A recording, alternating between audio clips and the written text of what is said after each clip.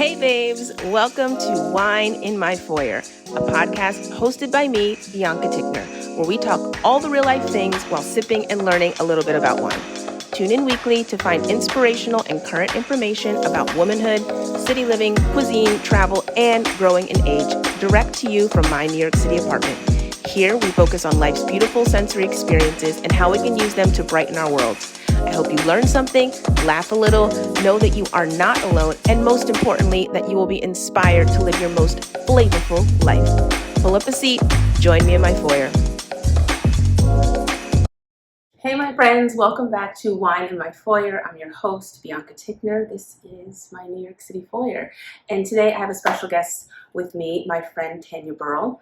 She is many of things, actually. She's kind of very similar to me in a way. She is a dancer, a choreographer. She is a creative. She is an organizer. There are so many things that she is, and she's going to talk to us about all of them, and mainly, which I love to talk about here, transitions, life journeys, that kind of thing. So adulting. So we are going to talk about all that today and get dirty and deep. I cannot wait. Thank you for tuning in. So, you know, we always start these podcasts and vlogs with a little bit of wine, and today I have something bubbly for my friend because it's her birthday, and so I'm not going to open it yet, but one thing I wanted to know, so today is like not really a tasting, it's more like a tip. So we are going to be sipping out of wine glasses. So this is a tip for you to note that it's not taboo, it's not incorrect to sip sparkling wine or champagne from a wine glass, preferably a nice thin rimmed wine glass like this. Wine professionals like to do that because you can really see the color better, you can also smell the notes better, and you can see the beautiful bubbles. Maybe not as good as a champagne flute, but it's still a fun way to drink bubbling, sparkling wine. And also I'm drinking out of a wine glass because we broke all of our champagne flutes. Wine glasses seem to just disappear on here. They just get broken, my kids, whatever. So that's the main reason why we are drinking from the wine glass. But just I wanted to note so you don't judge me because it is appropriate to do so. I am so good at this. I am very excited. Say what you just said. Okay, so you walked up and I was like, you picked a Vouvray. You're like, oh my god, I love a Vouvray. Yes, first of all, I did not know that you knew a Vouvray because I didn't know like where your wine, you know, where your wine situation is. It's not big, but I do know that. Okay, so this is fabulous. Yeah. And I chose this sparkling Vouvray because it's your birthday. Oh yay! Thank you. So I figured it would be perfect for, so you know, nice to celebrate, but also this year is a big year for you. Yes, right? I mean, yeah. Oh, yeah. Come on, baby. All right. Cheers to. Well, we're both in the same 40 club, same year. And we somehow really found each other this year, right? So we need to go back. This is my friend, Tanya. Okay. And she is someone who I sort of found, I'm going to say found this year because I feel like we found each other this year, right? Like we met before, we knew of each other before, but like this year we really did that. We cheers. We found each other. So she's going to talk to us a little bit about how we met. I think that's where we should start first. Okay. Not how we met, but this particular, at the beginning of the year, how we kind of collided, and your retreat that you beautifully crafted and created. Yes. What you crafted and also how you got the funds. Oh, I did it? The miraculous, like everything. Like just kind of in a nutshell, if possible. Okay. So we had met through a mutual friend a few years ago, right? And we're always saw each other in the park with the kids. Right. We need to get our black kids together. Cheers. Yes, I forgot we said that. Well, you did. I was like, my kid needs to hang up. My kid needs to hang out with your kid more. Yes. And this is when our two littles were really little, but I almost feel like our littles are now like really little besties. They are. They're so going to go to the same school. Yes, which is so exciting. So my Kendall is 3, and I think I have a bigger one coming out from over there. Kaden, are you coming out? Do you need help? Okay. Anyways, and your littlest one is 4. Yes, and they're so cute together. They're just like little freaking frack. They're so cute. So cute. They play very well, and they're going to go to the same school. Yes, they are. So they're very sweet. but this year, at the beginning of the year, this is my second annual Beholding retreat. So it's called Beholding More. I think it was last year. This year, I think it was just Beholding. I can't remember. Behold. Did you say where did the name come from? No, just more like what gave you the idea to start it, and then how did you create the means to make it do it? Yeah. Okay. So the idea actually came with my friend and a mutual friend-ish that we know, another Tanya Birl-Torres, and she was wanting to do retreats for a while, and we were wanting to collaborate. And at that time, we were collaborating on the Washington Heights Womanist Arts Festival, and this was a very kind of like forward-facing arts festival in the neighborhood with different artists, but we also wanted to have a space of like incubation for women. And we thought winter was really great for that because you always hear about retreats and like being at the beach but there was something about like having to be cozied in, working on yourself, no pressures of like, let's go to the pool, let's go here, let's go there. It was like, and she was like, I know the perfect place. This like gorgeous, what is it? Like mountain house. It's like a log cabin mansion. Yeah. Luxury. Yeah. Yes, clawfoot tubs and animals on the wall. Yes.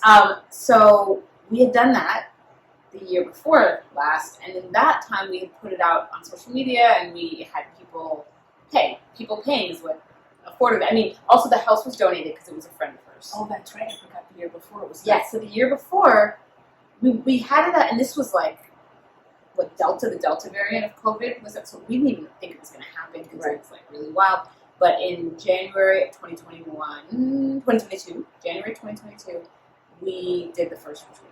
And that was, everyone paid $700, which is pretty much a steal for a retreat. But because we weren't having to pay for the place, it could pay for the food, which was amazing, by Sarah Grossman. And I taught most of it, Tanya organized most of it.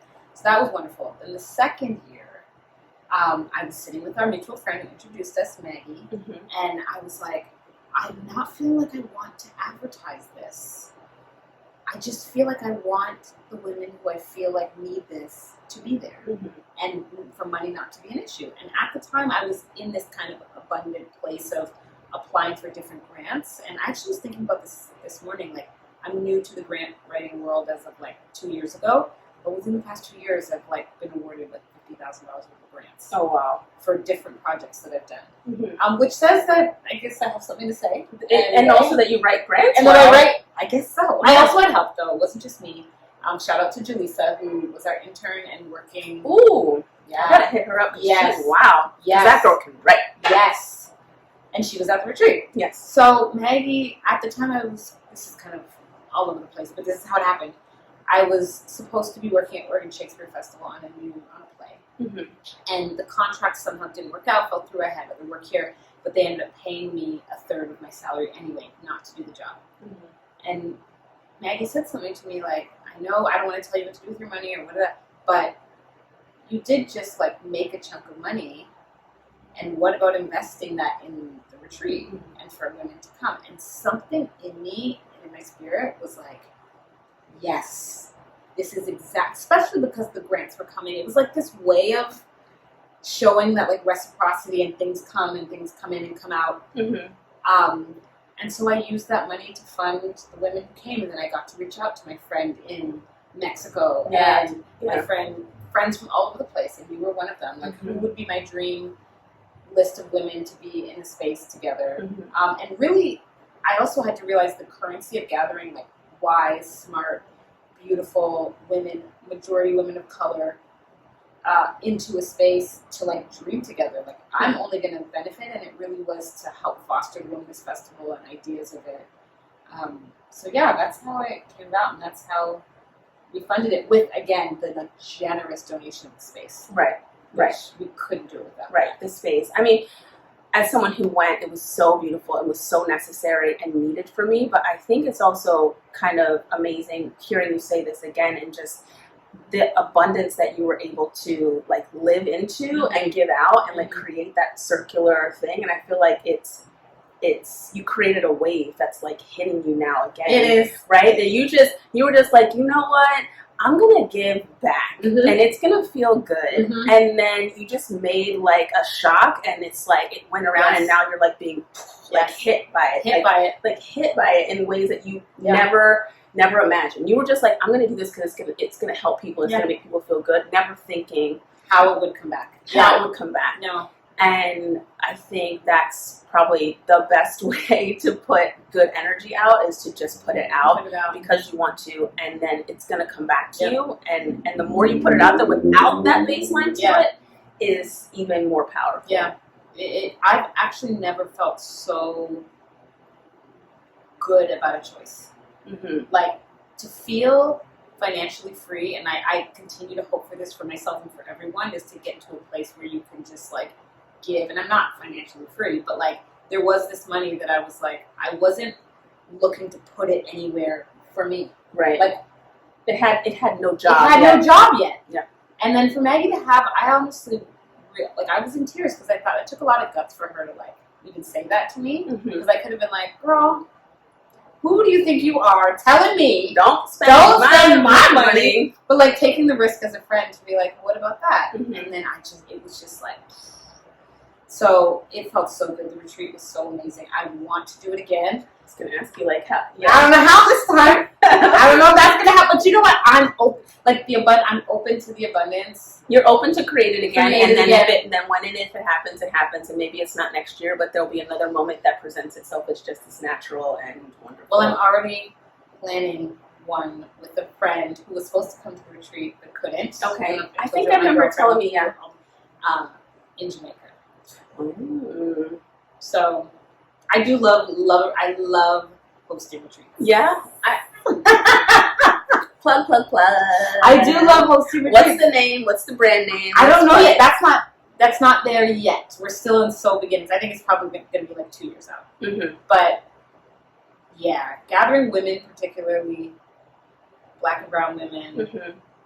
Oh, it's so good. And that dance party we had it was all just so amazing. It was so amazing. I can't really put it into words. That would open up a whole nother can of worms that we're not going to go into today.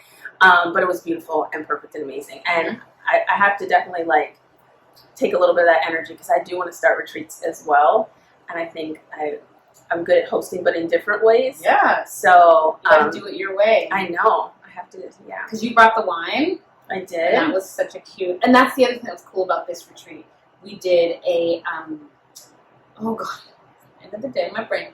Not reciprocity, but everyone had to bring a gift. A gift economy. That's it. A gift economy from Braden Sweetgrass is where we got it from.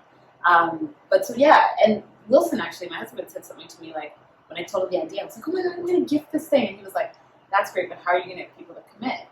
Because when things are free, people like to be like, oh, actually something happened, I can't. And that's what's so cool about like disrupting even capitalism in a way is like people just want to feel responsible for something. That's all. It doesn't have to be attached to money. It just has to be a gift. Right. So you created that element. Where so everyone was responsible for an aspect of, which was great as a leader of the retreat, because I showed up and there were things I didn't even know. Like that whole craft room, I just knew something was happening. Yeah. I didn't know what was happening. Right. So people took the lead. Everyone got to take their lead in their way, and it was just so beautiful. I want to continue to do. That's something I want to continue. Yeah. No matter what. Yeah. Okay. Tell me your Vouvray story. So my only Vouvray story is that one of my closest friends on Lion King. So I was on tour with the Lion King from when I was 19 to 23. Oh, really? Very young. I didn't know that. Super young. 4 years on tour, and one of my dearest friends, McCoy Bowles, who was an Ailey goddess, and she was like, I always looked up to her, and she was one of my closest friends on tour. She introduced me to Vouvray, very young. Yes. And she was like, this is my favorite wine, this is the wine. And so I was like 19 years old, like just sipping on my Vouvray, and whenever I would go to the wine store, I didn't know about any other thing. I would just say, Vouvray. And it makes you seem really cool. Because it's super neat. I know. But she introduced me to Vouvray, and then you bring out the Vouvray. I haven't learned anything much more past that. I don't even know if I'd still call it my favorite wine, but it's reminding me how much I like it. Okay. Yeah. And it's also a little different twist because it's not. It's sparkling. It's sparkling. It's so nice. Yeah. But just know that, like, if you ever see Chenin Blanc, that's Vouvray. Ah. Vouvray is actually, like, the area.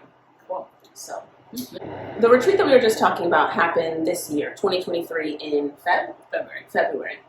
But you've been on, like, kind of a big journey, I feel like, since 2020. Kind of like a pretty marking point in your existence, in your adult existence. Yes. And midlife crisis. Okay.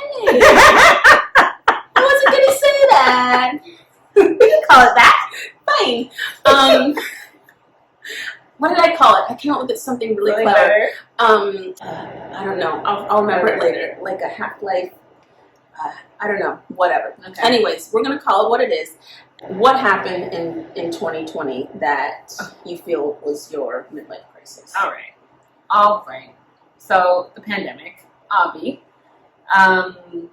So we both had little. Well, did you have? I had her in 2020. Okay, so Dahlia was born in 2019, but when the pandemic hit, she was probably like 10 months old, and Noemi was going into first grade or something. Like. Mm-hmm. So I was doing the Zoom classroom, all that stuff with school, and had a little one, and had, like, not recently, but, like, in the past 3 years, completely shifted my career. So I was teaching yoga, like, a lot. That got totally demolished, especially in our neighborhood. But I was teaching online. I was, like, clearing our bedroom, and I was just doing a lot in our tiny apartment. Mm-hmm. And I had this moment on a Sunday morning, Sunday afternoon, where I literally, like, snapped. I always wondered when someone said, like, oh, if they lost their mind. Mm-hmm. But, like, I, like, lost touch with reality for, like, a few minutes. Mm-hmm. Where I felt like my brain just went, like, and I was crying and yelling, I am not a robot, at the top of my lungs. I am not a robot. I am not a robot. Like, over and over. And I remember calling my mom, and she was like, Wilson, do something. You gotta do something. You gotta help. It all came to a head. Mm-hmm. I remember calling a friend, and she did, like, immediate Reiki healing on me. I went and got a massage at, like, on, like, 181st Street, or on, like, right there at the little, Is that place no, it was fine. It was whatever. I just was like, I needed. And then shortly after, I started therapy again. Okay. And it was the beginning of this journey that I know that I'm on, of, like, deep generational healing. Yeah. Of radical self-love, of really opening my heart fully to, like, wounds that I didn't think I could handle. Mm-hmm. Also a friend who I'd known since my Broadway debut, like, 11 years ago, Alina, came back into my life and started doing, like, personal training with me, but also somatic body work. Right. So I just started on this, like, journey of healing from there. And so since then, you mentioned a few things that you added into your experience. Mm-hmm. But since then, you've added in, so you were in therapy before, but after that, you're like, okay, I need to legit be in this full time. Mm-hmm. So you added in that. Mm-hmm. You added in somatic therapy, and then just giving back within your community. Like, did you think that was, like, a part of it, or is it just something that kind of came up? Because I'm seeing it from that. Yeah, you're seeing it from that side. So I think what happened before that was a moment happened where four of us, the three friends and me, who've known each other tangentially, four moms in the neighborhood, met each other on, like, parallel crises in Fort Tryon Park at the same time. It was a total God moment. And we all were losing our minds, like every single mother. But we all met, and I mean, I can say this on this, right? Yeah. But one of them was like, do you want to go and smoke some weed in the park? And I was always, like, the goody-goody. I never rebelled. I never did. You had never smoked? Well, I'd eaten a brownie. I'd smoked, but, like, it made me paranoid before. Like, I wanted it to end. Like, I didn't like it. Well, lose your mind and then smoke weed. Hallelujah. You find Jesus. You find Jesus. I was like, oh my God, thank you. Mm-mm. Thank you for this plant medicine. So then we started meeting weekly, like religiously, in this cave spot in nature, like literally cocooned by the earth, and would smoke pot once a week, and it kept us all sane through the pandemic. And not just smoke weed. I mean, I don't even like to say that because it literally is like plant medicine, and we would weep and scream into the dirt. We would cry. We would laugh. Like we just were fully and completely unleashed in each other's presence. And we're healing and like birthing some deep, deep shit in each other's presence. Right. That is where the being in community was birthed. And like, I feel like everything that's happening to me was birthed from that place. Right. But from like a base place, right? Because everything had been dropped. Everything, but all of this stuff. So why do you feel as though like this experience this time was different with weed or plant medicine than before? Okay, so this time it was about time. We had time. What COVID gave us was, I had nowhere to be. Yeah. Other than like home with my kids, but your husband was there. Yeah, exactly. They weren't by themselves. They weren't in a corner. But I had no job to run to, no this or that. Like the gift of time. So weed plus pressure plus like busy. So one thing with me is I have to partake in nature. So something about the intensity of nature. When I smoke weed, I feel like I'm a part of it. But if I was to smoke weed, like, and then go shopping or like even smoke weed in my, I can easily get paranoid when I have to like think or be a person. So you're able to like receive it when you're just, I have to, without limits, without And agendas. What's beautiful about it is, I don't know if anyone else experiences this, but it's not even that it takes a lot of time. Like, I will drop it. What it does is it cuts my brain out. I drop into my body, and I'm able to feel everything that's happening, have a full deep dive experience, learn lessons, process. And then I look at my phone, and it would have been like 32 minutes. It would have been 23 minutes. It's like, so it doesn't even take that long. Right. Like way shorter than a therapy session. But I do honestly realize also like the crutch that it could be. So I don't want it to be like, I want it. That's for that. Therapy's for that. Like, right. And you also want to be able to access that without that experience. Like you're allowed. Exactly. Yeah. It's there. What I find is it's there to play. It's there to like fully explore. And then to me, the practice is now go and be in your life and practice it without it. Like practice that freedom. Practice the freedom. And then come back when you're overwhelmed. Have another deep dive. And so that was happening once a week in the pandemic. Now, I'd say we do still gather, and it's maybe once every month, once every 6 weeks. Okay. Because of life, and I don't need it as much. Right. Okay. Well, I feel like we're always healing, we're always growing, but I feel like you're definitely on the other side of that moment. Of that. By leaps and bounds. Yes. And can be in my life. Like I had a moment in the pandemic, this is being completely honest, where had a month in England with my sister, because again, I wasn't working, Wilson wasn't working, 2 years he didn't work, and he was about to start. So that's another stressor. That's a whole nother stressor, right? 2 years he didn't work. And I remember just waking up one morning and being like, I hate my fucking life. Like, just everything's a mess. Like, and I had to just let myself have that moment.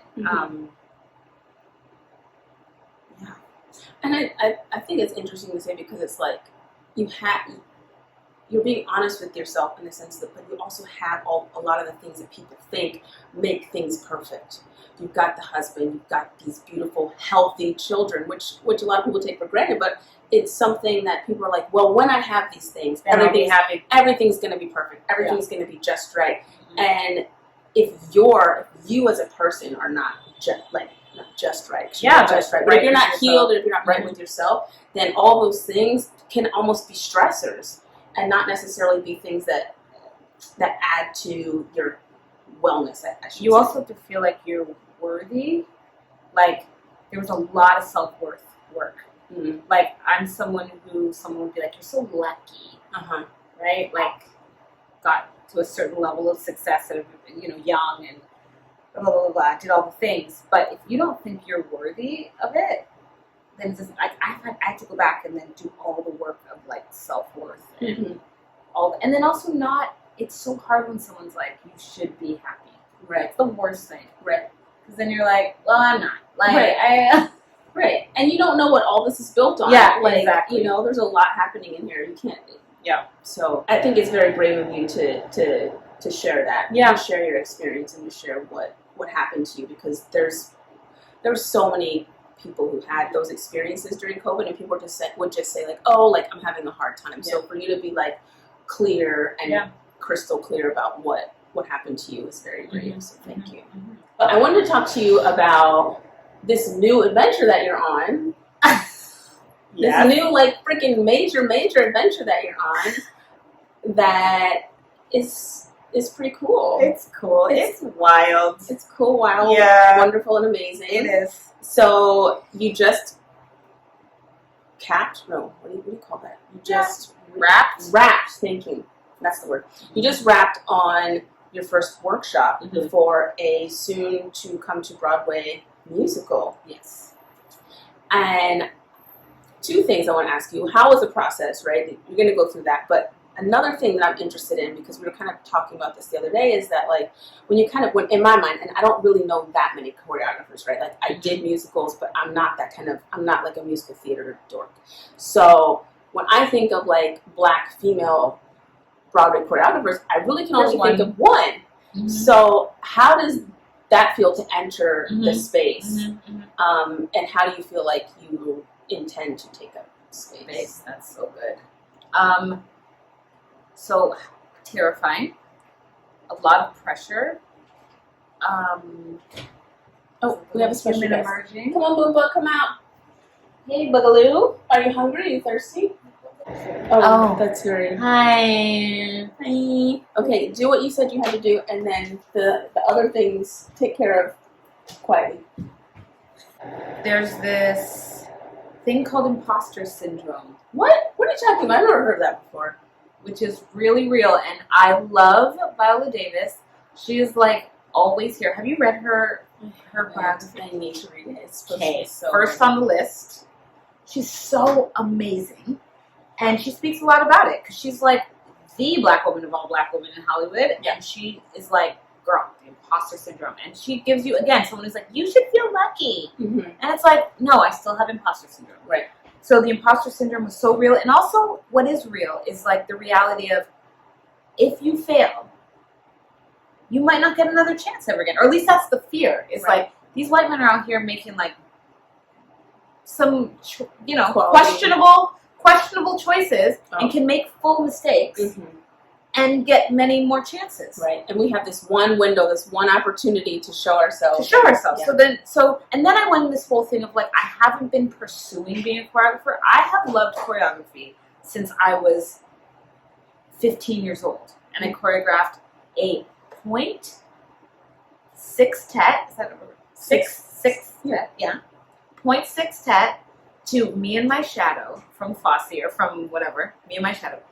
And it like won these awards. I loved choreographing as a teenager. But then when you come to New York, it's like you hustle so hard as a dancer that I kind of just let the choreography part go aside. And because I wasn't pursuing choreography, I was like, who am I? Imposter syndrome. To believe that I could be a Broadway choreographer. I've been choreographing the past few years. Nonprofit theaters. I felt safe. Black women artistic directors. Black directors. Like safe spaces. Right. Broadway, I would not count as feeling like a safe space. Right. Honestly. And it's funny because you've done all those things before, but you're just like, oh, but those don't count. Those don't count. Right. That's what imposter syndrome does. Yeah. Nothing else counts. I am not equipped. I can't do this. So there's my favorite song that has been my favorite song for about 2 years now because my friend Sherry, who I met at the Living School, who is my like witchy Black sister friend, introduced me to this song by Abby Lincoln called Throw It Away. And the main line in the song is, you can never lose a thing if it belongs to you. Throw it away because you can never lose a thing if it belongs to you. I tried to throw away this experience so many times. And I was like, I don't want to do it. I don't even want to do it. I tried to give it back. I tried to sabotage it 5 million times. It wouldn't go away. They kept pursuing you? They kept pursuing, or something in me, even more than them, something in me wouldn't fully quit. I even went on a work trip to Savannah, Georgia to workshop the show. And while I'm there, getting paid, working on the show, I was like, I'm still not doing it. I mean, I hope they know I'm not going to do it. I'm going to tell them tonight at dinner that I'm not going to do it. I called my mom. I'm not doing it. I called my mom in Savannah, telling her that I'm not doing it, outside the window of the producers, like trying to sabotage myself. I don't even think it was logical. I just, afterwards, I was like, they might have heard that whole conversation. Hope not. Hope not. Or maybe hope so. Because I don't want to do it. So they can be like, you don't want to do this, right? Let's give it. What? No, but like, what was the reasoning that you didn't want to? Was it really fear, or were you just like... Yeah. Yeah? It was straight up fear and also, like, unworthiness. Like, I know people who would die to have this, and I haven't wanted to do this, so that means I don't deserve it. Right. It's not Why my is it? turn It's yet. not my turn. I haven't worked for it. Mm-hmm. And again, how can I receive a gift if I haven't worked for it? I mean, Well, that's what gifts are. aren't gifts things that you've worked for? But yet, grew up in church my whole life and knew that a blessing was a gift unearned, but was not willing to have enough self-worth in myself and trusting in the divine that what is for me. And like, if I'm giving you this opportunity, empty yourself of your ego, because that's really what it is, and just step in. I decided to ask the director for drinks in Savannah, because we were having like producer drinks and drinks with groups, but I was like, I just need to have a one-on-one. I had worked with him my whole career as a dancer. He had always seen things in me more than I had even seen in myself. Like, he would always... And I asked him just point blank, why do you want me to do this? Because again, I'm telling myself this story. They need a black woman, which could be true, right? We know at these times. They've always needed us. Listen, okay? It's not just they've now. realized that they need us. They also can't. You like, the nice thing about the times we're in is like, you actually can't do something with like an all white men thing and be taken seriously. Like, you have to diversify. Mm-hmm. So I knew that. I know very well what it means to be a token. And when I asked him, his response was nothing to do, not that it was nothing to do with dance, but it was all to do with my character, like who I am. You're good with people. You know how to read a room. You are kind, but you know how to get a message across. Like, I felt like what he was saying was me. Mm-hmm. So you felt seen. I felt seen. Yeah. And in that moment, I was like, I'm going to do this. Okay. I'm going to do this. And it might fail. I might be terrible. I might disappoint. My biggest fear in life is to disappoint somebody. And I've been through some major hardships and disappointments around disappointing other people. And then my guru, Viola Davis, said on Instagram, it is your job in life to disappoint as many people as you have to, not to disappoint yourself. Yeah. Because in that way, you're continuing to try. Yeah.